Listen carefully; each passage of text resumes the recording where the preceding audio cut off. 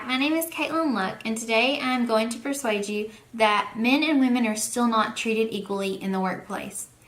I know you may be thinking that is this more of an informative topic as opposed to persuasive, but for me, it is absolutely a persuasive topic because so many people still believe that women and men are equal and that they have been ever since women gained the right to vote. They don't see that there is still this gap in wages and this bias towards hiring males as opposed to females in corporate executive positions.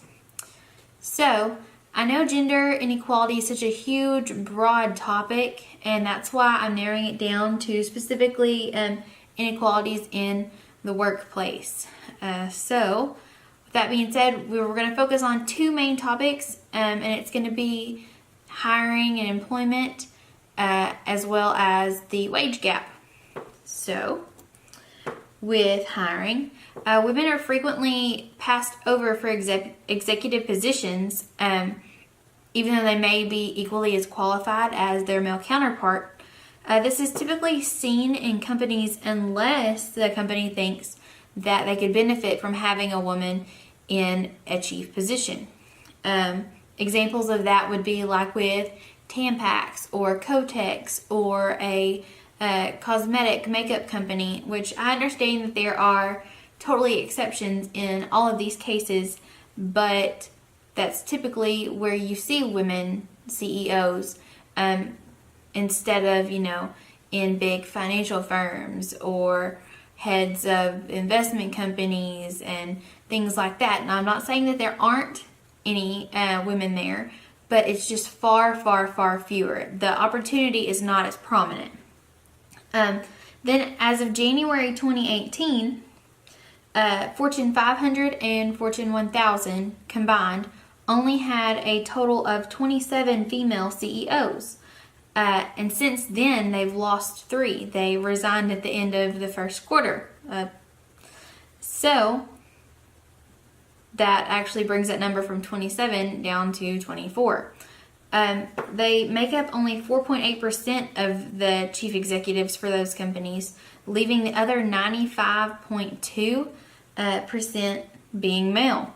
And whenever you compare those two numbers, you set up the ratio, you end up getting, the 27 to 536. Well, the 23 to 536. 27, it's even higher. It's like 616. So, I'm not saying that everything should be 50-50 here, but we can do a lot better than that in America.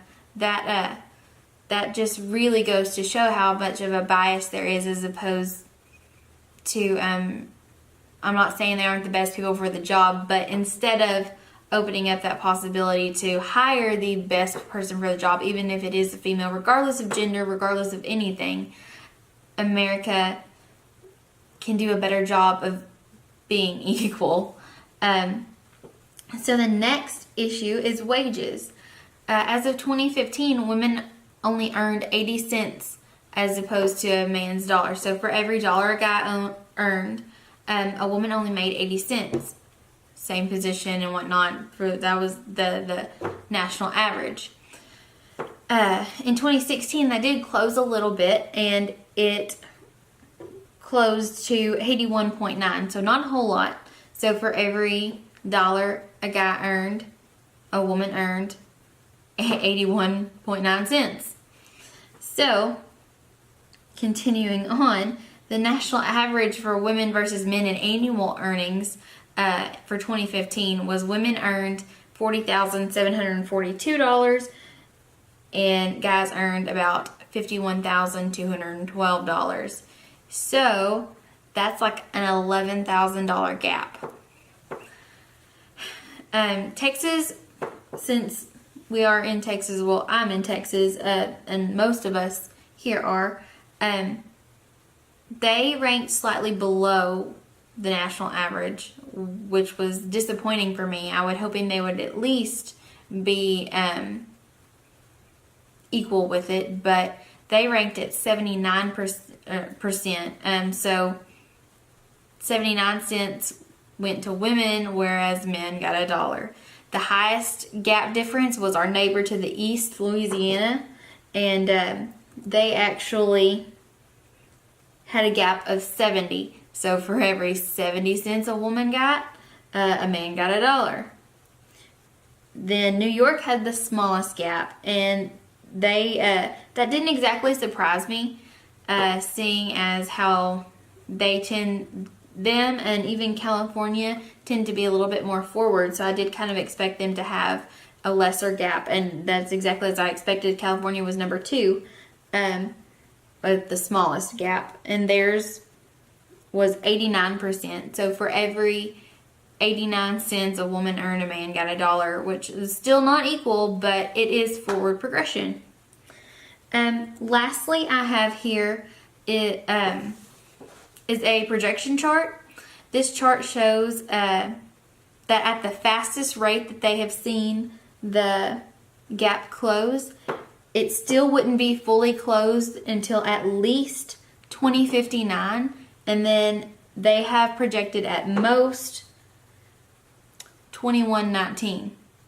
So not in my lifetime, and not in probably anyone that's alive today's lifetime. And that is it just blows my mind to know that unless we catalyst some change or something, that things are still going to remain unequal that long. These are simply 2 of the ways that women are still treated unequally in comparison to men. This doesn't even begin to touch the objectification and other social issues that we face daily. And if you're one of the many people that believe that women and men are equal, I hope at very least that this presentation has persuaded you to, not necessarily change your opinion, but at least go out and gather some research of your own and advocate for a positive change in corporate America. Thanks.